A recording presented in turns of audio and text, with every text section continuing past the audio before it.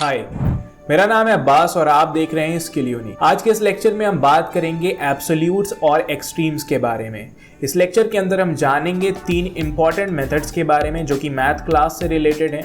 सबसे पहला मेथड जो होने वाला है वो होगा math.abs मेथड, दूसरा जो होगा वो होगा math.min एंड लास्ट में हम बात करेंगे math.max मेथड के बारे में। सिंपल प्रोग्राम्स देखेंगे जहां पर इनका यूजेज हम देखेंगे, प्रोग्राम में किस तरह से करना है, किस तरह से कॉल करनी है। उसके साथ फंक्शनल प्रोग्राम्स भी देखेंगे जहां पर हमें ये समझ में आएगा कि रियल वर्ल्ड लाइफ में, ठीक है, यानी रियल लाइफ के अंदर अगर हम बात करें तो ये मेथड्स हमारे किस तरह से काम में आ सकते हैं। लास्ट में हम एक छोटे से कॉन्सेप्ट के बारे में समझेंगे जो कि है नेस्टेड मेथड कॉल्स, कि जहां पर एक मेथड का आउटपुट यानी रिटर्न किसी दूसरे मेथड में एज एन आर्ग्यूमेंट पास किया जाता है। ये चीज़ हमारे लिए समझना ज़रूरी है क्योंकि ICSE इससे रिलेटेड एक्सप्रेशंस के क्वेश्चंस हमसे पूछता है जो कि हमें इवैल्यूएट करने होते हैं, लेकिन क्योंकि हमें नेस्टेड कॉल्स के बारे में पता नहीं होता है तो फिर हम उनका सही जवाब नहीं दे पाते हैं। तो फिर शुरू करते हैं बिना किसी देरी के आज का ये लेक्चर। तो आज जो सबसे पहला मेथड हम लोग डिस्कस करने वाले हैं वो है absolute value method.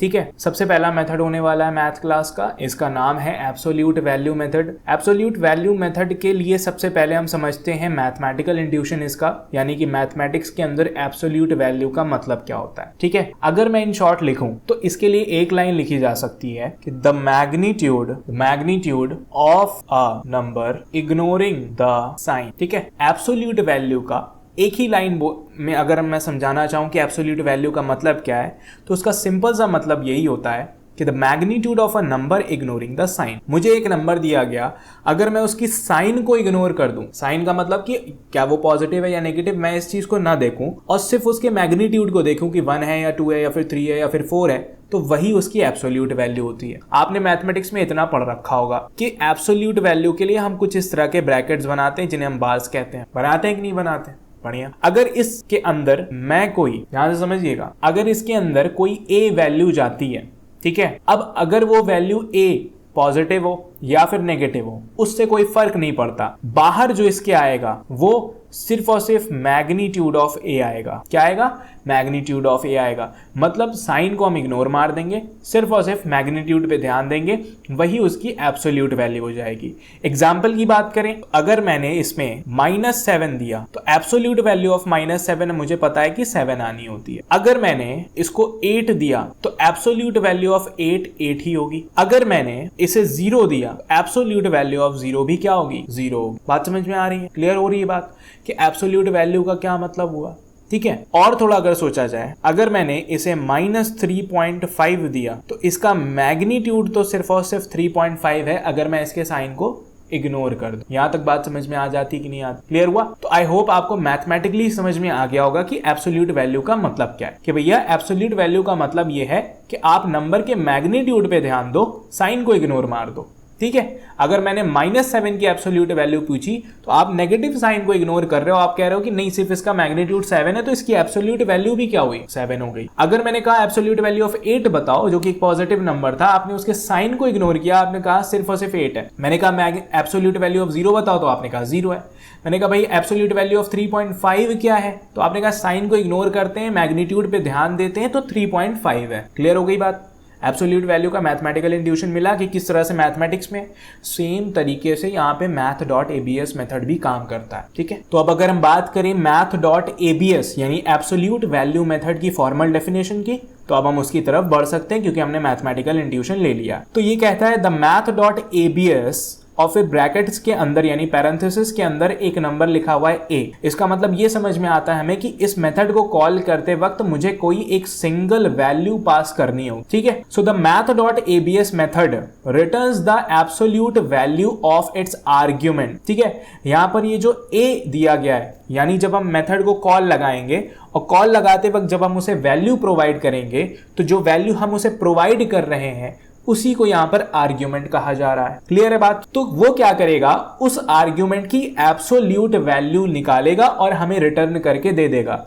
Absolute value निकालने का क्या मतलब है, वही अभी हमने समझा कि वो क्या करेगा, उसके साइन को इग्नोर करेगा, सिर्फ उसके मैग्नीट्यूड की बात करेगा, which means it removes any negative sign and gives the magnitude of the number. ठीक है, सिर्फ और सिर्फ नंबर के मैग्नीट्यूड को रिटर्न कर देगा, साइन को इग्नोर कर देगा। यहां तक बात समझ में आ रही है? ये हो गई इसकी फॉर्मल डेफिनेशन। अब थोड़ा सा इसकी मेथड इंफॉर्मेशन ले लेते हैं, यानी कि इस मेथड के बारे में थोड़ी सी जानकारी लेते हैं।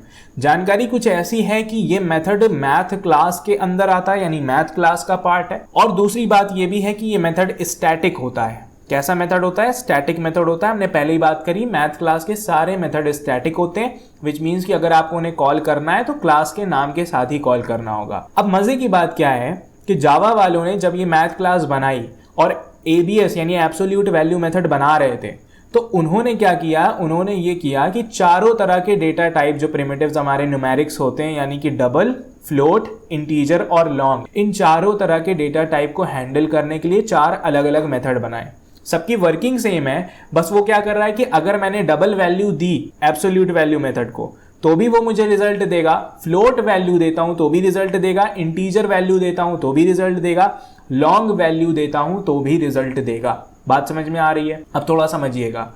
हमने बात करी पैरामीटर्स की। पैरामीटर्स क्या है? Parameters are the input for the method. Input for the method, method के लिए ये इनपुट होते हैं। कौन? पैरामीटर्स। तो अगर एबीएस यानी कि एब्सोल्यूट वैल्यू मेथड को कुछ रिटर्न कराना है, so they need some kind of data जो कि हम पैरामीटर्स के थ्रू देते हैं। ये बात समझ में आ रही है? ठीक है। अगर मैंने डबल वैल्यू दी तो वो मुझे डबल डेटा टाइप की ही वैल्यू रिटर्न करेंगे, तो यानी जो रिटर्न टाइप उनका होगा वो भी डबल होगा। ठीक है। अगर मैंने उन्हें फ्लोट वैल्यू दी तो वो मुझे फ्लोट रिटर्न टाइप में देंगे। अगर मैंने उन्हें इंटीजर वैल्यू दी तो वो मुझे इंटीजर ही रिटर्न करेंगे। अगर मैंने उन्हें लॉन्ग वैल्यू दी तो वो मुझे लॉन्ग ही रिटर्न करेंगे। यहां तक बात समझ में आ रही है? अब मेथड कॉलिंग की बात कर लेते हैं। अगर आपने डबल वैल्यू के साथ एबीएस मेथड को कॉल किया है, एब्सोल्यूट वैल्यू मेथड को, तो आपको पता है कि वो डबल वैल्यू रिटर्न करने वाला है, तो आप एक ऐसे वेरिएबल में ही स्टोर कराओगे जिसका डेटा टाइप डबल हो, अदरवाइज आपके प्रोग्राम में एरर आएगी। कोड करेंगे, देखेंगे भी इन चीजों को। फिर math.abs मेथड में अगर आपने एक फ्लोट वैल्यू को पास किया है, दिया है उसे, तो आपको पता है कि मेथड आपको क्या रिटर्न करने वाला है? एक फ्लोट वैल्यू रिटर्न करने वाला है। तो जरूरी है कि आप एक ऐसे वेरिएबल में उसे स्टोर कराओ जिसका डेटा टाइप फ्लोट हो, वरना आपके प्रोग्राम में एरर्स आएंगे। इसी तरह से अगर आपने इंटीजर दिया है तो आपको पता है इंटीजर रिटर्न होने वाला है। इसी तरह से आपने लॉन्ग दिया है तो आपको पता है लॉन्ग रिटर्न होने वाला है। तो उसी तरह के वेरिएबल में, उसी डेटा टाइप के वेरिएबल में आप अपने रिजल्ट को स्टोर कराइए। ये बात समझ में आ गई?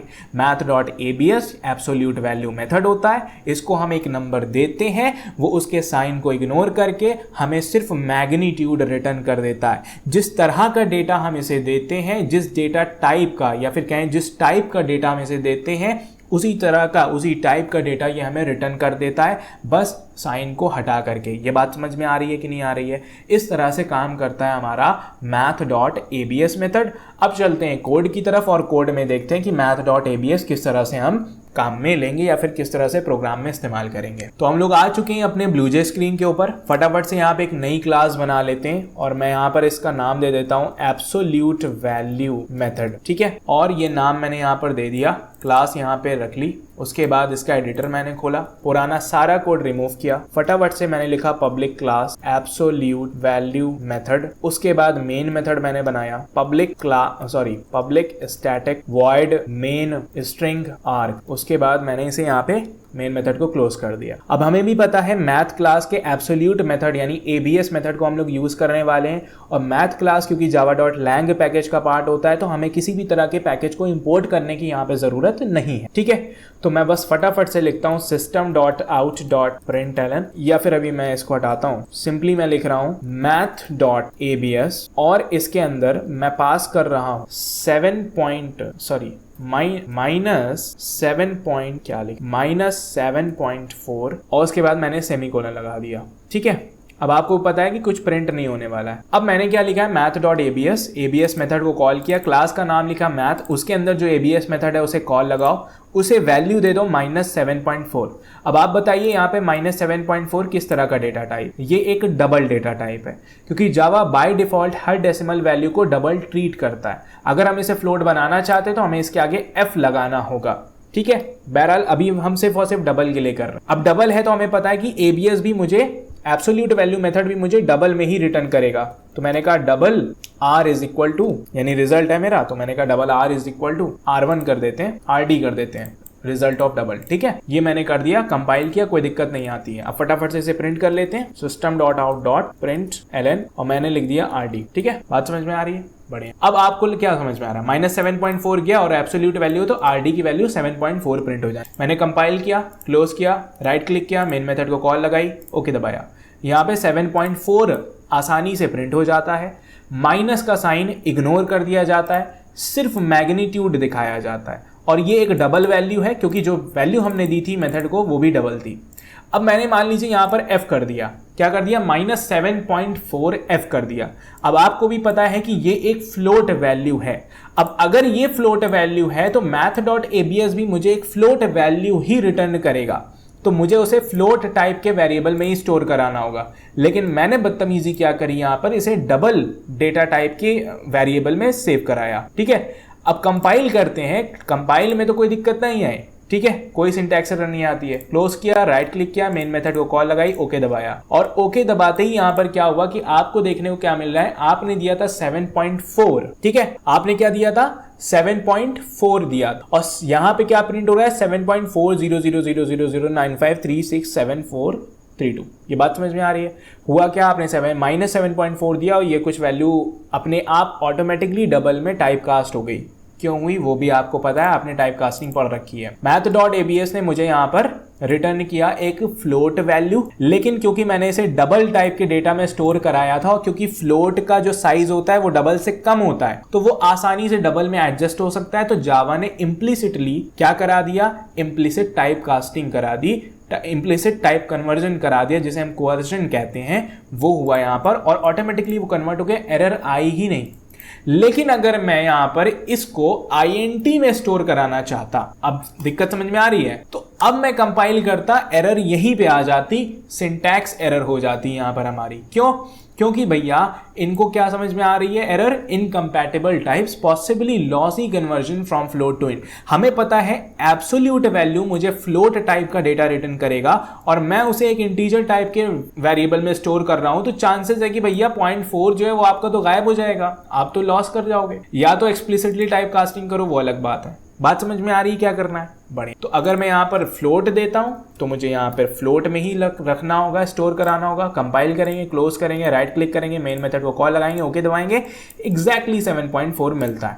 ठीक है, अब अगर मैं यहाँ पर इसे कोई इंटीजर देता हूँ, जैसे कि मैंने -7 दे दिया, तो मुझे इसे इंटीजर में ही स्टोर कराना होगा। किसी फ्लोट डबल में कराएं तो दिक्कत नहीं है, टाइप कास्टिंग खुद से हो जाएगी। ठीक है, टाइप कन्वर्जन इम्प्लिसिट वाला खुद से हो जाएगा क्योंकि साइज की दिक्कत थी। कंपाइल करते हैं, क्लोज करते हैं, राइट क्लिक करते हैं, मेन मेथड को कॉल लगाते हैं, ओके दबाते हैं। यहाँ पर हमें 7 प्रिंट होता हुआ दिखाई दिया, नेगेटिव साइन इग्नोर हो गया। अब लास्टली हम यहाँ पर लॉन्ग वैल्यू के लिए ले लेते हैं, तो लॉन्ग वैल्यू के लिए मुझे यहाँ पर L लगाना होगा इसके आगे, तो अब ये लॉन्ग वैल्यू बन गई। और लॉन्ग वैल्यू सीधी सी बात है इंटीजर में नहीं हो सकती, अगर मैं कंपाइल करूँ तो एरर आ जाएगी। तो मुझे यहाँ पर इसको लॉन्ग लिखना होगा और लॉन्ग लिखूंगा, कंपाइल करूंगा तो कोई दिक्कत नहीं आती। क्लोज किया, राइट क्लिक किया, मेन मेथड को कॉल लगाई, ओके दबाया। यहाँ पर फिर से साइन इग्नोर होता हुआ दिखाई दिया, यानी कि एब्सोल्यूट वैल्यू साइन को इग्नोर करता है और सिर्फ मैग्नीट्यूड पे ध्यान देता है। आई होप यहाँ पे आपको एब्सोल्यूट वैल्यू मेथड क्लियर हो गया होगा। अब बढ़ते हैं नेक्स्ट मेथड की तरफ। अब अगर हम बात करें लार्जर वैल्यू मेथड के बारे में, ये दूसरा मेथड होने वाला है। ये मेथड क्या करता है? हमें लार्जर वैल्यू, यानी हमें 2 वैल्यूज दी जाएंगी, दोनों वैल्यूज में से कौन सी वैल्यू लार्जर है हमें ये रिटर्न करके दे देता है। ठीक है, तो बहुत ही सिंपल है। अगर मैथमेटिकल इंट्यूशन की बात करें तो लार्जर वैल्यू किस हिसाब से होती है हमने बहुत ही अच्छे से पढ़ रखा है कि अगर मैं यहाँ पर कहता हूँ कि 5 और 7 में से मैक्सिमम कौन सी वैल्यू है, आप भी बताओगे कि यहाँ पर 7 है। ठीक है, यही लार्जर वैल्यू का कॉन्सेप्ट है। मैंने पूछा मैक्स ऑफ यानी मैक्सिमम ऑफ -7, आप भी बताओगे कि यहाँ पर 7 मैक्सिमम है। मैंने कहा मैक्सिमम ऑफ -7, -3, तो आप भी बताओगे कि यहाँ पर -3 मैक्सिमम है, क्योंकि नेगेटिव में जो छोटा होता है वही बड़ा होता है। ठीक है, ये बात समझ में आ रही है। ये सारी चीजें हमने पढ़ रखी हैं। मैथमेटिकल इंट्यूशन मिल गया लार्जर वैल्यू मेथड का, कुछ ऐसे ही मैक्सिमम वैल्यू हम ढूंढते हैं। अब चलते हैं मेथड के बारे में बात कर लेते हैं। अब लार्जर वैल्यू मेथड की फॉर्मल डेफिनेशन अगर हम पढ़ें तो यहाँ पर है math.max मेथड। मैथ क्लास के अंदर इस मेथड का नाम है मैक्स, MAX। ठीक है, ये भी स्टैटिक मेथड है तो हमें क्लास के नाम के साथ कॉल करना होगा। इसमें दो आर्ग्यूमेंट्स जाते हैं, यानी वैल्यू 1 और वैल्यू 2, यानी दो नंबर्स दिए जाएंगे। इन दोनों नंबर्स को वो कंपेयर करता है, चेक करता है कौन बड़ा है, और जो बड़ा होता है वो उसे रिटर्न कर देता है। तो यहाँ पे क्या लिखा हुआ है, returns the larger of the two arguments. यहाँ पर a और b जो दो वैल्यू हम देंगे वो आर्ग्यूमेंट्स होंगी, उसमें वो चेक करेगा कि बड़ा कौन सा है, और जो आर्ग्यूमेंट बड़ा होगा उसी को वो उठा करके रिटर्न कर देगा। ये बात समझ में आ जाती है। मेथड इंफॉर्मेशन की बात कर लेते हैं। तो मेथड इंफॉर्मेशन में ये भी मैथ क्लास का ही पार्ट है, तो मुझे math.max लिख के ही कॉल करना होगा इसे। पैरामीटर्स की बात करें तो हर बार इसको दो पैरामीटर देने ही होंगे, पहली वैल्यू और दूसरी वैल्यू। अब यहाँ पर भी जावा ने मैथ क्लास में जब ये मेथड लिखा तो उसने चारों डेटा टाइप की हैंडलिंग के लिए लिखा कि अगर मैं डबल वैल्यू देता हूँ, डबल टाइप की वैल्यू, तो वो कर लेगा और मुझे डबल में रिजल्ट दे देगा, क्योंकि इन्हीं में से कोई एक उठा के देगा तो जो रिजल्ट यानी रिटर्न टाइप होगा वो भी डबल डेटा टाइप होगा। अगर मैं दो फ्लोट टाइप की वैल्यूज देता हूं तो वो मुझे फ्लोट टाइप में ही रिटर्न करेगा। अगर मैं उसे दो इंटीजर टाइप की वैल्यूज देता हूं तो वो मुझे इंटीजर ही रिटर्न करेगा। अगर मैं उसे दो लॉन्ग टाइप की वैल्यू देता हूं तो वो मुझे लॉन्ग ही रिटर्न करेगा। कैसे मेथड कॉलिंग करनी ये समझ लीजिए। आपने लिखा क्लास का नाम डॉट मैक्स यानी मेथड का नाम।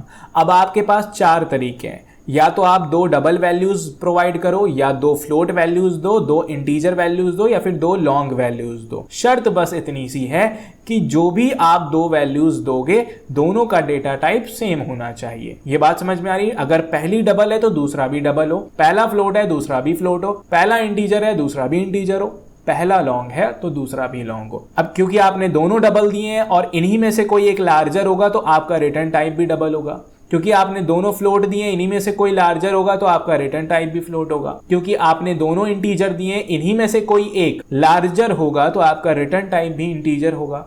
क्योंकि आपने दोनों लॉन्ग दिए हैं और इन्हीं में से एक लार्जर होगा तो आपका रिटर्न टाइप भी क्या होगा, लॉन्ग होगा। आई होप यहाँ पे आपको math.max मेथड समझ में आ गया, कॉल कैसे करना है, लेकिन ज़्यादा समझ में तब आएगा जब हम कोड में देखेंगे। तो चलते हैं ब्लूजे विंडो की तरफ। आ चुके हैं हम लोग अपनी ब्लूजे विंडो पर। फटाफट से एक नई क्लास बना लेते हैं। इस क्लास का नाम यहाँ पर मैं लिख देता हूँ लार्जर वैल्यू मेथड। ठीक है, क्लास मेरी यहाँ पर बन गई। मैंने यहाँ पे से ऑर्गेनाइज कर लिया, क्लास को ओपन कर दिया, पुराना सारा कोड रिमूव कर दिया, फटाफट से बॉयलर प्लेट लिखी पब्लिक क्लास मेथड का नाम। उसके बाद हम लिख देंगे यहाँ पर ठीक है, उसके बाद हम मेन मेथड बना लेंगे पब्लिक स्टैटिक वॉइड मेन। उसके बाद हम लिख देंगे स्ट्रिंग, देन हम लिख देंगे आर्ग। उसके बाद अब हम काम शुरू कर देते हैं। मैंने लिखा math.max ऑफ 2,3। ठीक है, आपको भी पता है 2 दिया मैंने पहला आर्ग्यूमेंट, 3 दिया दूसरा आर्ग्यूमेंट, ये भी इंटीजर ये भी इंटीजर, सब कुछ चाहिए ना सिंटैक्टिकली, बढ़िया। अब जो रिजल्ट आएगा वो भी एक इंटीजर होगा, तो मैंने स्टोर करा लिया int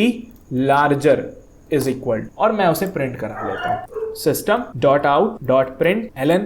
उसके बाद मैंने यहाँ पे लार्जर को प्रिंट करा। ठीक है, बढ़िया, कंपाइल किया, कोई दिक्कत नहीं आती है। क्लोज किया, राइट क्लिक करी, मेन मेथड को कॉल लगाया, ओके दबाया, यहाँ पे 3 प्रिंट होता हुआ दिखाई दिया। क्यों?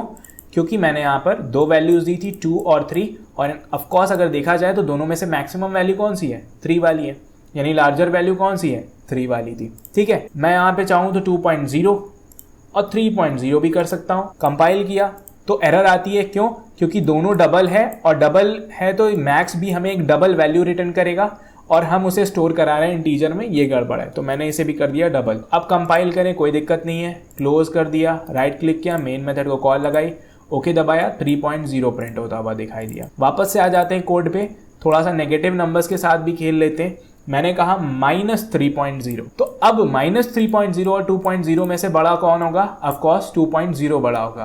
कंपाइल करते हैं, क्लोज करते हैं, राइट क्लिक किया, मेन मेथड को कॉल लगाई, ओके दबाया, तो अब हमें 2.0 प्रिंट होता हुआ दिखाई दे रहा है। फिर से आ जाते हैं कोड की तरफ, थोड़ा सा और कुछ करते हैं। मैंने कहा -2.0। अब -2.0 और -3.0 में से बड़ा कौन होगा? ऑफ कोर्स -2.0 होगा, क्योंकि नेगेटिव में जो दिखता छोटा है वही होता बड़ा है। ठीक है, तो मैंने कंपाइल किया, क्लोज किया, राइट क्लिक किया, मेन मेथड को कॉल लगाई, ओके दबाया, यहाँ पे -2.0 प्रिंट होता हुआ दिखाई दे रहा है।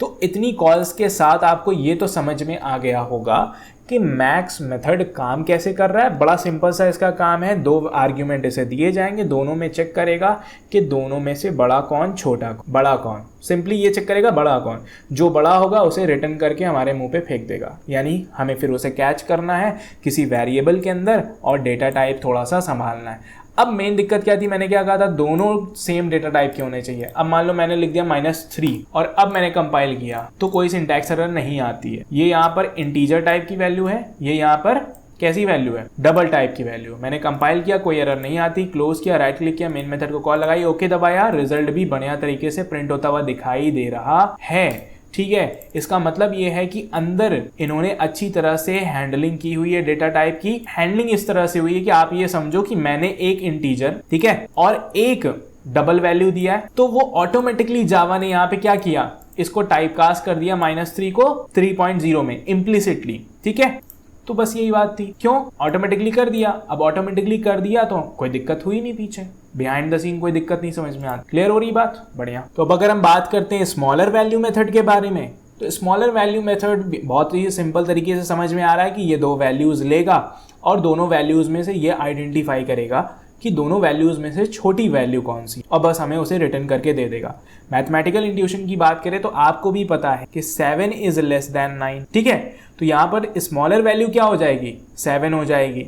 आपको भी पता है कि -3 इज लेस देन -2, तो यहाँ पर स्मॉलर वैल्यू क्या हो जाएगी, -3 हो जाएगी। सो इफ आई आस्क कि मिनिमम ऑफ 7, 9, यानी इन दोनों आर्ग्यूमेंट्स यानी 7 और 9 में से दोनों वैल्यूज में से छोटा कौन सा है, आप ही बताओगे कि भैया 7 है। मैंने अगर पूछा कि मिनिमम ऑफ -3, -2, आप बताओगे क्या, -3, क्योंकि -3 यहाँ पर छोटा है, क्योंकि नेगेटिव में जो दिखता बड़ा है वो होता छोटा है और जो दिखता छोटा है वो होता बड़ा है। यही होता है यहाँ पर। ठीक है, अगर हम बात करें मिनिमम मेथड की यानी स्मॉलर वैल्यू मेथड की फॉर्मल डेफिनेशन की, तो क्या लिखा हुआ है, math.min। यहाँ पर स्मॉलर वैल्यू मेथड का नाम क्या है, min नाम। तो जब भी मुझे करना है क्लास का नाम लिखेंगे math.min, कॉल करेंगे और उसको फिर दो वैल्यूज दे देंगे, वैल्यू 1 वैल्यू 2, ये दो आर्ग्यूमेंट्स होंगे और ये क्या करेगा, दोनों आर्ग्यूमेंट्स में से स्मॉलर वैल्यू को आइडेंटिफाई करेगा और हमें रिटर्न कर देगा। ये बात समझ में आ जाती है, ए को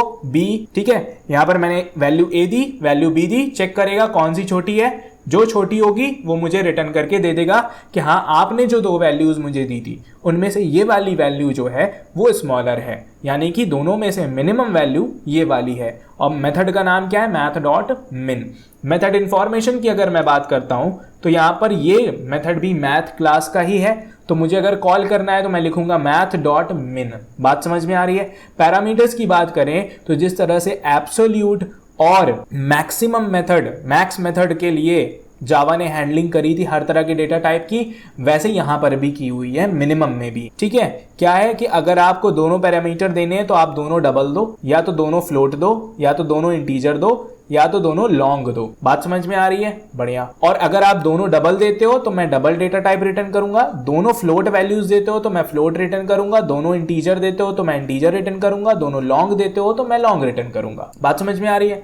कॉलिंग कैसे करनी है, आप लिखोगे क्लास का नाम math.min जो कि मेथड का नाम है यहाँ पर, उसके बाद आप दो वैल्यूज प्रोवाइड करोगे। हो सकता है वो दोनों वैल्यूज डबल टाइप की हो सकता है वो दोनों वैल्यूज फ्लोट टाइप की हो सकता है वो दोनों वैल्यूज इंटीजर टाइप की हो सकता है वो दोनों वैल्यूज लॉन्ग टाइप की हो। जावा ने काफी अच्छे से ये सारी चीजें हैंडल की हुई है, तो आपको उस चीज को लेकर के इतना परेशान होने की जरूरत नहीं। बस आप इतना ध्यान रख लेना कि जो दोनों वैल्यूज आप दे रहे हो वो क्या हो, सेम टाइप की हो। सेम टाइप की नहीं भी होगी तो जावा संभाल लेगा टाइप कन्वर्जन के थ्रू, इम्प्लिसिटली अगर हो सकता है तो वो संभाल लेगा।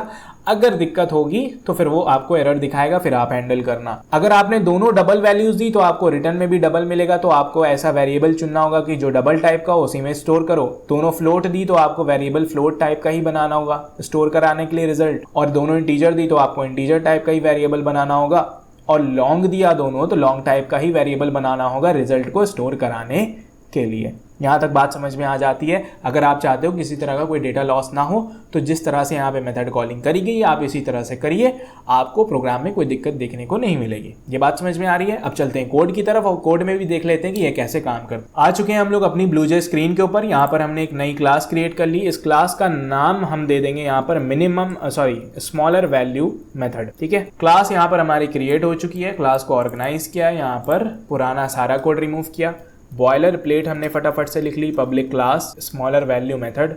उसके बाद मेन मेथड बना लिया public static void main string और फिर आर्ग। उसके बाद यहाँ पर मैंने मेन मेथड बन चुका है। अब हम काम पे लग जाते हैं। मैंने लिखा मैथ क्लास के अंदर जो min नाम का मेथड है उसे कॉल लगाओ और उससे ये पूछो कि 2 और 3 में से छोटा कौन है। बात समझ में आ गई कि नहीं आ गई? सिंपल सी बात थी। और वो रिजल्ट देगा तो मुझे स्टोर भी कराना है, तो मैंने इंटीजर दिया तो मैं इंटीजर में स्टोर कराऊंगा। Integer smaller is equal to, मैंने एक वेरिएबल बनाया जिसका नाम दिया स्मॉलर और जिसका डेटा टाइप कैसा है? इंटीजर। क्यों? क्योंकि ये मेथड मुझे फिलहाल इंटीजर टाइप की ही वैल्यू रिटर्न करने वाला है। इतनी बात समझ में आ जाती है? बढ़िया। उसके बाद मैंने क्या किया, फटाफट से इसे प्रिंट करा लिया। तो system dot out dot print ln, उसके बाद मैंने लिख दिया कि स्मॉलर को प्रिंट कर दो। बढ़िया, हो गई बात। अब कंपाइल करते हैं और ये मुझे बता देगा कि 2 और 3 में से छोटा कौन है। हमको तो समझ में आ रही बात कि 2 छोटा है। मैंने क्लोज किया, उसके बाद राइट क्लिक किया, मेन मेथड को कॉल लगाई, ओके दबाया। यहाँ पे प्रिंट होता हुआ क्या दिखाई दिया? हमें प्रिंट होता हुआ दिखाई दिया 2। क्लियर हो रही बात? आ जाते हैं, थोड़ा और कुछ खेल लेते हैं नेगेटिव नंबर्स के साथ, -2 -3। ठीक है, तो अब बताइए कौन छोटा है? अब -3 छोटा हो गया। कंपाइल किया, क्लोज किया, राइट क्लिक किया, मेन मेथड को कॉल लगाई, ओके दबाया। यहाँ पे हमें -3 प्रिंट होता हुआ दिखाई दिया। ठीक है, फिर से आ जाते हैं, थोड़ा डेसिमल वैल्यूज के साथ खेल लेते हैं। लेट से मैंने कहा 1.456 है ना, और मैंने कहा 1.546। इन दोनों में से कौन सा छोटा है? तो आपको भी समझ में आ रही है कि 1.456 यहाँ पर छोटा है। एरर इसलिए आ रही है क्योंकि ये दोनों डबल वैल्यूज हैं और ये मुझे डबल रिटर्न करेगा और मैं इंटीजर में स्टोर करा रहा हूँ तो लॉस होने के चांसेस हैं। तो मैं यहाँ पर भी डेटा टाइप डबल कर लेता हूँ। ठीक है, तो कंपाइल करा दिया, क्लोज करते हैं, राइट क्लिक किया, मेन मेथड को कॉल लगाई, ओके दबाया। यहाँ पे 1.456 यहाँ पर स्मॉलर है, ये इसने हमें बता दिया, जो कि हमें कोड देख करके भी समझ में आ रहा था। हम तो नंबर्स को पहले ही से एनालाइज कर लेते हैं। इतनी बात समझ में आ रही है? ठीक है, तो आई होप कि यहाँ पे आपको min मेथड की यानी स्मॉलर वैल्यू मेथड की वर्किंग समझ में आ गई होगी। ठीक है, अब जब हमने math.abs, math.max और math.min तीनों मेथड के बारे में डिस्कस कर लिया है, तो अब कुछ प्रॉपर फंक्शनल प्रोग्राम्स कर लेते हैं सो दैट हमारे दिमाग में ये तीनों मेथड की वर्किंग और कहाँ पर यूज करना है ये सारी चीजें अच्छे से क्लियर हो जाएं और हमारी मास्टरी इस टॉपिक के ऊपर अच्छे लेवल पर पहुंच जाए। ठीक है, तो इसके लिए जो हम प्रोग्राम्स करने वाले हैं उसमें से सबसे पहला प्रोग्राम जो हम करेंगे वो क्या कहता है कि given 2 different balances of 2 different accounts. ठीक है, 2 बैंक अकाउंट्स हैं, दोनों बैंक अकाउंट का बैलेंस है, दोनों डिफरेंट बैलेंसेस हैं, किसी में 1000 है, शायद किसी में 2000 रुपए पड़े हुए हैं। ठीक है, कह रहा है कि write a program to calculate the absolute difference between the balances. क्या करना है हमें? एक छोटा सा प्रोग्राम लिखना है। वो प्रोग्राम बस हमें इतना बताएगा कि दोनों अकाउंट के बैलेंसेस में एब्सोल्यूट डिफरेंस कितना है। ठीक है, यानी माइनस प्लस में बात नहीं होनी चाहिए, सिर्फ मैग्नीट्यूड में बताओ कि कितना डिफरेंस है। मान लीजिए पहले अकाउंट में 1000 रुपए, दूसरे अकाउंट में 2000 रुपए, तो इन दोनों के बीच का एब्सोल्यूट डिफरेंस 1000 रुपए का हुआ। बात समझ में आ रही है? अगर मान लीजिए पहले अकाउंट में 5000 रुपए, दूसरे अकाउंट में 4500 रुपीज है, तो उस हिसाब से इन दोनों के बीच का एब्सोल्यूट डिफरेंस जो है वो 500 रुपीज का बनता है।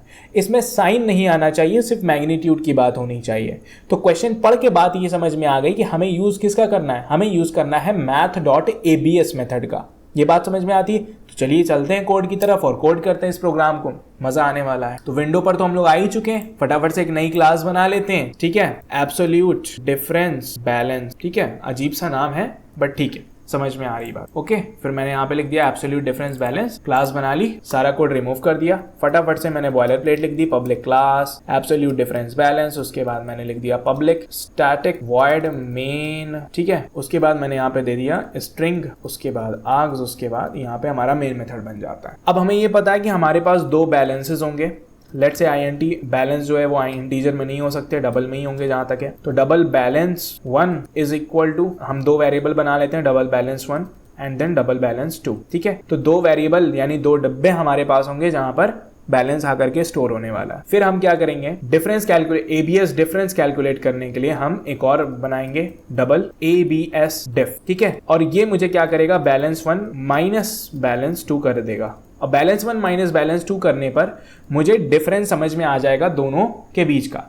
लेकिन एक दिक्कत है यहाँ पर, अब आप खुद सोचिए, अगर बैलेंस 1 बड़ा होता है बैलेंस 2 से, तो जो डिफरेंस हमारे सामने आएगा वो कैसा आएगा, पॉजिटिव आएगा, यानी एब्सोल्यूट दिखेगा। लेकिन अगर बैलेंस 1 बड़ा छोटा हो जाता है और बैलेंस 2 ज्यादा हो जाता है, तो जो डिफरेंस आएगा वो नेगेटिव दिखाई देगा, जो कि एब्सोल्यूट नहीं है, ठीक है। उसका जो मैग्नीट्यूड देखा जाए तो वो एब्सोल्यूट है, वो परफेक्ट है, लेकिन साइन जो दिख रहा है वो एब्सोल्यूट नहीं है। बात समझ में आ रही है, नहीं समझ में आया, चलिए कोड में दिखाते हैं हो क्या रहा है, ठीक है। मैंने आगे चल के लिख दिया system.out.println, उसके बाद प्रिंट करा दिया absolute difference of balances is equal to, then मैं प्लस में यहाँ पे लिख देता हूँ एबीएस डिफ, जो भी एब्सोल्यूट डिफरेंस आएगा वो यहाँ पे प्रिंट हो जाएगा, ठीक है। अब मैं यहाँ पे क्या कर रहा हूँ, थ्रू इनिशियलाइजेशन बैलेंस 1 असाइन कर दे रहा हूँ 1000.0, ठीक, और थ्रू इनिशियलाइजेशन बैलेंस 2 में असाइन कर दे रहा हूँ 987.0, ठीक है, समझ में आ गई बात। सो बैलेंस 1 की वैल्यू है 1000 रुपीज, बैलेंस 2 की वैल्यू है 987 rupees, balance 1 is greater than balance 2, सो जो एब्सोल्यूट डिफरेंस आएगा दैट विल बी पॉजिटिव, ठीक है, सिंपल है। कंपाइल करेंगे, क्लोज करेंगे, राइट क्लिक करेंगे, मेन मेथड को कॉल लगाएंगे, ओके दबाएंगे, तो यहाँ पर क्या प्रिंट होता है, 13 रुपीज, क्या 13.0, विच इज पॉजिटिव। देख के लग रहा है कि एब्सोल्यूट है, लेकिन हमारे लॉजिक में एक बग है। बग क्या है कि एक तरह का लॉजिकल एरर है। लॉजिकल एरर कैसे समझाता हूं, यही अगर मैं बैलेंस 1 को 987 रुपीज कर दूं और बैलेंस 2 को अगर मैंने 1000 रुपीज कर दिया, तो now you know that balance 1 is less than balance 2, clear है, बढ़िया। अब क्या होगा, अब जो सब्ट्रैक्शन होकर के वैल्यू मिलेगी वो सिर्फ वैल्यू तो मिलेगी दोनों के बीच का डिफरेंस, लेकिन साथ में एक साइन भी देखने को मिलेगा माइनस। कंपाइल करते हैं, क्लोज करते हैं, राइट क्लिक किया, मेन मेथड को कॉल लगाई, ओके दबाया, क्या देखने को मिल रहा है, -13.0, और यहां लिखा गया एब्सोल्यूट डिफरेंस। क्या तमाशा है, अगर एब्सोल्यूट डिफरेंस होता तो साइन क्यों होता, बात समझ में आ रही है। तो इस चीज को हैंडल करने के लिए दो तरीके होते हैं, एक कंडीशनल्स का यूज करके कि आप चेक करो कि कौन सा बड़ा है कौन सा छोटा है, उसके अकॉर्डिंग माइनस करो जिसमें से जो करना है, लेकिन अभी हमने वो पढ़ा नहीं। हम यूज करेंगे math.abs मेथड का। एक बात तो समझ में आ रही, लफड़ा खाली साइन का है, लोचा सिर्फ और सिर्फ साइन का है, तो साइन हटाने के लिए मैं यूज कर लूंगा math.abs, बात खत्म, ठीक है, बात खत्म। मैंने क्या किया, math.abs मेथड को कॉल लगाई और उसके अंदर बैलेंस 1 माइनस बैलेंस 2 को पास कर दिया, तो जो भी इनका डिफरेंस है, फिर चाहे वो नेगेटिव है पॉजिटिव है, वो जाएगा, लेकिन बाहर एब्सोल्यूट वैल्यू आएगी, यानी मैग्नीट्यूड आएगा। अब मैं कंपाइल करता हूं, क्लोज करता हूं, वही सेम वैल्यूज हैं, राइट क्लिक किया, मेन मेथड को कॉल लगाई, ओके दबाया, इस बार जो एब्सोल्यूट डिफरेंस है वो 13.0 ही दिखा, जबकि balance 1 was lesser than balance 2। बात समझ में आ रही है, क्लियर हो गया, बढ़िया प्रोग्राम था, मजा आया होगा। अब बढ़ते हैं दूसरे प्रोग्राम। अब दूसरा प्रोग्राम जो हमें देखना है वो कहता है program number 2, given 3 scores of 3 individuals, ठीक है, यानी 3 लोग हैं, कितने लोग हैं, 3 लोग हैं, और इन तीनों लोगों के 3 स्कोर्स हमारे पास हैं, किसी गेम के उनके स्कोर होंगे, ठीक है। हमारा काम यह है कि write a program to calculate the highest score among these. क्या करना है, ये जो 3 स्कोर हमें दिए, इन तीनों स्कोर्स में से सबसे ज्यादा स्कोर किसका था, हमें ये आइडेंटिफाई करना है। बात समझ में आ जाती है, 3 स्कोर दिए हैं, तीनों स्कोर में से किसका स्कोर हाईएस्ट है, मुझे ये आइडेंटिफाई करना है। तो चलते हैं कोड की तरफ और फटाफट से देखते हैं ये कैसे होने वाला। तो हम लोग कोड पे आ चुके हैं, फटाफट से एक नई क्लास बनाते हैं, हाईएस्ट स्कोर, ठीक है, ओके दबाया। उसके बाद मैंने क्लास को यहाँ पे अरेंज किया, पुराने कोड को रिमूव किया, फटाफट से बॉयलर प्लेट लिखी, पब्लिक क्लास हाईएस्ट स्कोर, उसके बाद मैंने लिखा public static void main string arg, ठीक है। उसके बाद अब हम 3 वेरिएबल्स बनाएंगे जिसमें तीनों में 3 स्कोर्स होंगे, ठीक है। int इंटीजर टाइप का होगा, score 1 is equal to let's say 10, int score 2 is equal to 20, then int score 3 is equal to 30। Clear है बात, बढ़िया, 3 स्कोर हो गए। हमें क्या आइडेंटिफाई करना है कि इन तीनों स्कोर में से हाईएस्ट कौन सा है। हम तो देख के बता सकते हैं स्कोर नंबर 3 जो है वो हाईएस्ट है, 30 है, ठीक है, लेकिन यहां पे कैसे होगा, प्रोग्राम कैसे आइडेंटिफाई करेगा, उसके लिए हम क्या करेंगे। अब सोचिए, हमने जो मेथड पढ़ा है मैक्सिमम निकालने का, लार्जर वैल्यू निकालने का, उसके साथ एक ही दिक्कत है। दिक्कत ये है कि वो सिर्फ और सिर्फ 2 आर्ग्यूमेंट लेता है, लेकिन हमें तो 3 के आइडेंटिफाई करने। तो अब क्या किया जाए, कुछ नहीं, आप एक काम करो, पहले 2 स्कोर आइडेंटिफाई करवा लो, पहले 2 में से कौन बड़ा है और फिर जो दोनों का बड़ा आता है उसको इस तीसरे के साथ आइडेंटिफाई करवा लो कि वो तीसरे वाले से बड़ा है या फिर छोटा है। तो इस तरह से आप क्या कर सकते हो, पता कर लोगे कि कौन सा बड़ा है और हाईएस्ट है इन तीनों में से। तो सबसे पहले हम क्या करेंगे, हम कहेंगे मैथ डॉट मैक्स और इसके अंदर हम पास करेंगे स्कोर 1 स्कोर 2। अब इससे हमें ये पता चल जाएगा कि स्कोर 1 और स्कोर 2 इन दोनों में से कौन सा मैक्सिमम है, और फिर जो भी सभी मैक्सिमम आता है हम उसे स्कोर 3 के साथ कंपेयर करा करके फाइनल रिजल्ट डिक्लेयर कर देंगे। तो ये जो दोनों का मैक्सिमम आने वाला है इसे कहीं स्टोर कर लेते हैं। तो int max of 2 करके वेरिएबल मैंने बना लिया max of 2, ठीक है। तो मैक्स ऑफ 2 में ये पता चल रहा है कि स्कोर 1 और स्कोर 2 में से मैक्सिमम कौन, और हम फाइनल रिजल्ट के लिए बनाएंगे int final result is equal to, और इसमें लिखेंगे मैथ डॉट मैक्स और इसमें दो चीजें पास करेंगे। सबसे पहले मैक्स ऑफ 2 पास कर देंगे, उसके बाद हम पास कर देंगे स्कोर 3, ठीक है। और फिर हम जाकर के finally system dot out dot println करेंगे, ठीक है।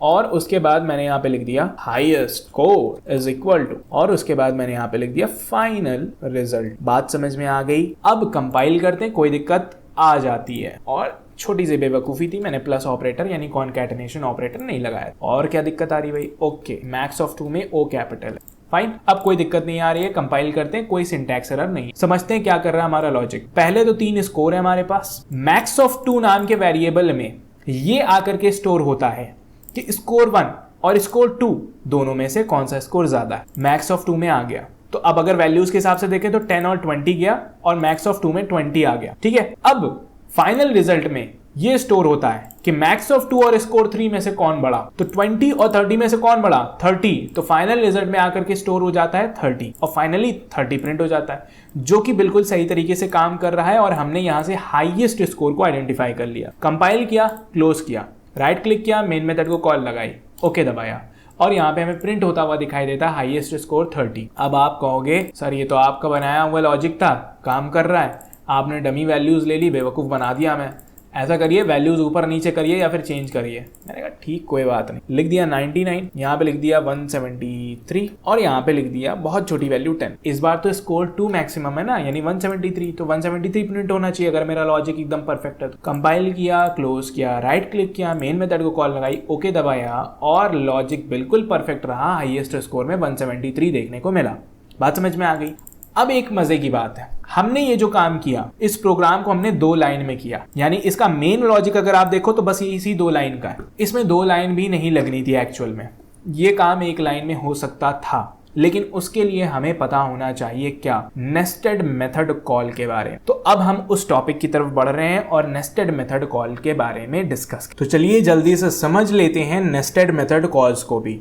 तो नेस्टेड मेथड कॉल को अगर मैं पढ़ता हूं यहां पर तो लिखा हुआ है, a nested method call occurs when the written value of one method is directly used as an argument to another method call without storing the intermediate result in a variable। इसका मतलब क्या है, इन शॉर्ट अगर मैं बात करता हूं और अगर मैं ज्यादा इलेबोरेट करते हुए ना करते हुए सिंपल वे में बात करूं तो सिंपल सी बात यह है मेथड कॉल की कि एक मेथड को कॉल लगाई गई, उस मेथड ने मुझे कोई रिजल्ट रिटर्न किया और मैंने उस रिटर्न किए हुए रिजल्ट को कहीं किसी वेरिएबल में स्टोर ना कराया, बल्कि उसको एज एन आर्ग्यूमेंट किसी दूसरे मेथड को पास कर दिया और वो उसके लिए इनपुट बन गया। यही हमारा नेस्टेड मेथड कॉल हो जाता है। यहां पर बात समझ में आ रही है कि एक मेथड के आर्ग्यूमेंट में एक और मेथड कॉल हो रहा है, एक मेथड के आर्ग्यूमेंट में एक और मेथड कॉल हो रहा है, यही हमारा नेस्टेड मेथड कॉल होता है। दूसरे शब्दों में बात करी जाए तो यहां पे कुछ ऐसा होता है कि एक मेथड का जो आउटपुट है वो दूसरे मेथड के लिए इनपुट की तरह काम करता है। इतनी बात समझ में आ रही है। सिंटैक्स देखिए कि कैसे हमको देखने को समझ में आएगा। मेथड 1 लिखा होगा, यानी सबसे पहला मेथड लिखा होगा मेथड 1, ठीक है। अब उस मेथड में कुछ आर्ग्यूमेंट्स पास होने होंगे, हो सकता है 1, हो सकता है 2, हो सकता है 3, ठीक है। हमारे इस केस में सिंटैक्स के केस में 2 आर्ग्यूमेंट पास होने, आर्ग्यूमेंट 1 और आर्ग्यूमेंट 2 पास होना था। आर्ग्यूमेंट 1 में तो आर्ग्यूमेंट ही पास किया गया, यानी कि कोई वैल्यू ही पास करी गई, लेकिन आर्ग्यूमेंट 2 की जगह पर आप अगर देखो ध्यान से तो एक और मेथड को कॉल लगाई गई, मेथड नंबर 2। ये कोई दूसरा मेथड था जिसे कॉल लगाई गई, जिसको एक आर्ग्यूमेंट चाहिए था वो उसे दे दिया गया। समझ में आ रही बात। अब यहां पर अगर आप देखो तो अब आपको नेस्टेड मेथड कॉल की जो डेफिनेशन ऊपर लिखी हुई है वो ज्यादा क्लियर होती हुई समझ में आएगी। क्या कह रहा था ऊपर कि एक मेथड के आर्ग्यूमेंट में एक और मेथड को कॉल लगा दी, या ये कहा जाए कि किसी मेथड की जो आउटपुट आता है, किसी मेथड का जो आउटपुट आता है वो किसी दूसरे मेथड के लिए एज एन आर्ग्यूमेंट इस्तेमाल हो रहा है। ये बात समझ में आ गई। यही हमारा नेस्टेड मेथड कॉल होता है। एग्जाम्पल के तौर पे आप यहां पे देख लीजिए, math.max, मैक्स मेथड था। मैक्स मेथड को आपको भी पता है कि दो वैल्यू चाहिए होती है, वैल्यू ए और वैल्यू बी। वैल्यू ए की जगह पर यानी आर्ग्यूमेंट नंबर 1 की जगह पर 15 दे दिया गया, जो कि एक नॉर्मल सी वैल्यू है, कोई दिक्कत नहीं। लेकिन वैल्यू बी की जगह पर यानी आर्ग्यूमेंट नंबर 2 की जगह पर एक और मेथड को कॉल लगाई गई और कहा गया math.abs, और उसके अंदर आर्ग्यूमेंट पास कर दिया गया -16। यही किया गया। अब थोड़ा सा इसकी वर्किंग को ध्यान से समझिएगा, इसी एग्जाम्पल का मैंने यहां पर एक छोटा सा डायग्राम बनाया है, ठीक है। ये फ्लो डायग्राम है, थोड़ा सा आपको क्लियर होगा कि हो क्या रहा है। ये डब्बा जो है हमारा, ये एबीएस मेथड हो गया, और ये सेकंड वाला जो बॉक्स है ये हमारा मैक्स मेथड हो गया। होगा क्या कि सबसे पहले math.abs मेथड रिजॉल्व होगा और उसमें -16 एज एन इनपुट यहां पे हम देख रहे हैं वो जा रहा है। एबीएस मेथड -16 को लेगा और आउटपुट में मैग्नीट्यूड रिटर्न कर देगा, जो कि हो गया 16। और जो मैक्स मेथड है उसके पास पहला आर्ग्यूमेंट तो ये 15 चला गया, ठीक है, और जो दूसरा आर्ग्यूमेंट है वो math.abs का जो आउटपुट आया था यानी कि ये 16 वो चला गया। तो इस मैक्स मेथड के लिए सबसे पहला आर्ग्यूमेंट ये 15 रहा, ठीक है। क्या हुआ, इस मैक्स मेथड के लिए सबसे पहला आर्ग्यूमेंट ये 15 गया और दूसरा आर्ग्यूमेंट 16 गया, जो कि एबीएस वाले का आउटपुट था। ये बात समझ में आ रही है। And finally in the end हमें दोनों नंबर्स का यानी 15 और 16 में से जो मैक्स था यानी कि 16 वो हमें लार्जर वैल्यू प्रिंट होती हुई यहाँ पे दिख रही है। आई होप यहाँ पे नेस्टेड मेथड कॉल क्लियर हुआ होगा कि नेस्टेड मेथड कॉल काम कैसे करता है। जब एक मेथड के आर्ग्यूमेंट में ही किसी मेथड को कॉल कर दिया जाए, यही हमारी नेस्टेड मेथड कॉल होती है। ये बात समझ में आ रही है कि नहीं आ रही है। और हमने उस मेथड की आउटपुट को कहीं स्टोर भी नहीं कराया, यानी इस एग्जांपल में देखें तो math.abs ऑफ -16, इसका जो आउटपुट 16 आया ये किसी वेरिएबल में स्टोर नहीं कराया गया, बल्कि सीधे as an argument max method को दे दिया गया कि लो बस काम करो, मुझे रिजल्ट दो। तो ऐसे ही भी केसेस होते हैं जहां पे हम नेस्टेड मेथड कॉल करते हैं। तो अब चलते हैं उसी प्रोग्राम की तरफ और एक लाइन में कर। तो हम प्रोग्राम में आ चुके हैं और प्रोग्राम में आने के बाद हम देख रहे हैं कि हमने जो लॉजिक लिखा था वो 2 लाइन में काम कर रहा था, यानी हाईएस्ट स्कोर ढूंढने के लिए यहां पर हमने 2 लाइन में काम किया था, ठीक है। अब हम यहां पर सीधे फाइनल रिजल्ट निकालेंगे, मैक्स ऑफ 2 की कोई जरूरत नहीं पड़ेगी हमें। अब देखिए मैं करूंगा क्या, यहां पर मैंने कहा कि math.max स्कोर 1 कॉमा, ठीक है, यानी मैक्स मेथड को मैं पास कर रहा हूं स्कोर 1, यानी पहला स्कोर चला जाएगा इसके पास, और दूसरा जो आर्ग्यूमेंट है वो क्या जाना चाहिए। अगर मैं स्कोर 2 देता हूं तो फाइनल रिजल्ट में सिर्फ इतना ही पता चलेगा कि स्कोर 1 और स्कोर 2 में से कौन सा बड़ा है। अगर मैं स्कोर 3 देता हूं तो फाइनल रिजल्ट में इतना ही पता चलेगा कि स्कोर 1 और स्कोर 3 में कौन बड़ा है, 2 इग्नोर कर दिया जाएगा। बात समझ में आ रही है। तो लॉजिक में दिक्कत है, तो मैंने सेकंड वाले आर्ग्यूमेंट की जगह पर भी एक मेथड को कॉल लगा दी और मैंने लिख दिया math.max। इसमें ये पास करो कि स्कोर 2 और स्कोर 3 में से कौन सा मैक्स है, वो जो भी आता है उसको पास कर दो यहां पर उठा करके। बात समझ में आ गई कि नहीं आ गई? बढ़िया। ये जो पैरेंथेसिस है ये इस वाले मेथड के लिए है, ये इतना पार्ट, बात समझ में आ रहा है। और फिर इस वाले मेथड में यहां पर ये हो गया हमारे लिए। तो पहला आर्ग्यूमेंट स्कोर 1 गया, ठीक है, और दूसरा आर्ग्यूमेंट हमारे लिए math.max, यानी दूसरा आर्ग्यूमेंट ही एक मेथड कॉल हुआ। और यही इसी चीज को हम क्या कहते हैं, नेस्टेड मेथड कॉल कहते हैं। समझ में आ गई बात। तो वही लॉजिक है, वही क्वेश्चन है। वहां पे 2 लाइन में हमने कोड किया था, यहां पे हमने इसे सिंगल लाइन में कोड कर दिया। सिंगल लाइन में लॉजिक हमारा आ गया। समझ में आ रहा है। होगा क्या, math.max स्कोर 2 कॉमा स्कोर 3 पहले सॉल्व होगा, इसमें से जो भी मैक्सिमम है वो यहां पर आ जाएगा इसकी जगह पर। मान लीजिए कि स्कोर 3 मैक्सिमम है तो नेक्स्ट बार होगा क्या, यहाँ पे स्कोर 3 आ जाएगा ऑटोमेटिकली। अगर स्कोर 2 मैक्सिमम होगा तो स्कोर 2 आ जाएगा ऑटोमेटिकली, और फिर वो रिजॉल्व हो जाएगा कि स्कोर 1 और स्कोर 2 या फिर स्कोर 3 में से कौन बड़ा है, और फाइनल हमको हाईएस्ट देखने को मिलेगा। चेक कर लेते हैं लॉजिक काम भी कर रहा है कि नहीं, कि हवाबाजी खाली हो रही है। यहाँ पर कंपाइल किया मैंने, क्लोज किया, उसके बाद मैंने यहाँ पर राइट क्लिक किया, मेन मेथड को कॉल लगाई, ओके दबाया, तो मुझे यहाँ पे वही हाईएस्ट स्कोर 173 प्रिंट होता हुआ दिखाई दे रहा है, विच मीन्स कि हमारा लॉजिक एकदम परफेक्टली काम कर रहा है, उसमें कोई दिक्कत नहीं है। यहाँ तक बात समझ में आ जाती है। अब बढ़ते हैं अपने नेक्स्ट प्रोग्राम की तरफ। अब जो लास्ट प्रोग्राम आज हम करने वाले हैं वो है प्रोग्राम नंबर 3, जो कहता है given 2 times of 2 different players. दो अलग अलग खिलाड़ी हैं, player A and player B, ठीक है। दोनों प्लेयर को किसी काम को करने के लिए, या जो भी है वो गेम खेल रहे हैं, उसके लिए उनको जो भी टाइम लगा वो हमें 2 टाइम्स दिए हुए हैं। प्लेयर ए को जितना टाइम लगा और प्लेयर 2 को जितना टाइम लगा। हमें एक ऐसा प्रोग्राम लिखना है जिससे ये पता चल सके कि फास्टेस्ट टाइम किसका था, ठीक है। प्लेयर ए का फास्टेस्ट टाइम था या फिर प्लेयर बी का फास्टेस्ट टाइम था। तो इस चीज के लिए हमें कोड लिखना है। तो चलते हैं अपनी ब्लूजे विंडो की तरफ। तो हम लोग ब्लूजे विंडो पर आ चुके हैं। फटाफट से एक नई क्लास बना लेते हैं। इस क्लास का नाम हम यहाँ पर दे देंगे फास्टेस्ट टाइम, ओके। और फिर यहाँ पे क्लास हमारी बन गई, हमने ऑर्गेनाइज कर दिया। फटाफट से यहाँ पे ये ओपन किया, सब कुछ रिमूव किया, बॉयलर प्लेट लिखी, public class fastest time, and then यहाँ पर मेन मेथड बना लेते हैं, पब्लिक मेन स्ट्रिंग आर के बाद मेन मेथड हमारा बन चुका है। हमें क्या करना है, हमें 2 टाइम दिए जाएंगे। लेट से वो डबल वैल्यूज होंगी, ठीक है। मान लेते हैं double time A is equal to, वो मुझे दिया गया लेट से 5.46 सेकेंड में है, ठीक है। आप समझ लीजिए सेकेंड में। उसके बाद जो दूसरा टाइम है वो हो गया हमारे पास double time B, player B का टाइम, जो कि हमारे पास हो गया 5.40, ठीक है। बहुत ही थोड़ी सी मार्जिन है इनमें, ठीक है, बढ़िया। तो मैंने दोनों प्लेयर के टाइम को 2 अलग अलग variable time A time B में स्टोर करा लिया थ्रू इनिशियलाइजेशन। हम अभी इनपुट नहीं ले रहे हैं, ठीक है, स्कैनर क्लास का यूज नहीं कर। फिर मैंने क्या किया, रिजल्ट भी फास्टेस्ट टाइम कैलकुलेट कर लेते हैं। तो double fastest time is equal to हम कहेंगे मैथ डॉट मिन। अब फास्टेस्ट टाइम कैलकुलेट करने के लिए हमें ये देखना होगा कौन सा टाइम कम है। यहाँ पे हम मैक्सिमम नहीं देखेंगे, हम देखेंगे कौन सा टाइम कम है, वही फास्टेस्ट टाइम माना जाएगा। तो हम कॉल किसको करेंगे, हम कॉल करेंगे मैथ डॉट मिन को। बात समझ में आ गई। तो मैथ डॉट मिन को कॉल करेंगे और हम उसे टाइम ए और टाइम बी दोनों दे देंगे, ठीक है। बात समझ में आ गई। तो टाइम ए कॉमा टाइम बी हो गया हमारे लिए। और फिर 2 ही टाइम थे तो हमने दोनों टाइम दे दी। हमारे लिए कोई नेस्टेड मेथड कॉल लगाने की जरूरत नहीं पड़ी। 3 टाइम होते तो नेस्टेड मेथड कॉल लगा करके हम काम करते, अगर 4 होते तो और नेस्टेड मेथड कॉल बढ़ती जाती है हमारी, ठीक है। आगे आ जाते हैं। अब हम कहेंगे system dot out dot println, और इसके बाद हम यहाँ पे प्रिंट करा देंगे फास्टेस्ट टाइम। क्लियर है बात, बढ़िया। अब जो भी फास्टेस्ट टाइम इसमें से होगा वो प्रिंट हो जाएगा और हमें बाहर दिख जाएगा। हमने कंपाइल किया, क्लोज किया, राइट क्लिक किया, मेन मेथड को कॉल लगाई, ओके दबाया, और हमें 5.4 प्रिंट होता हुआ दिखाई दिया।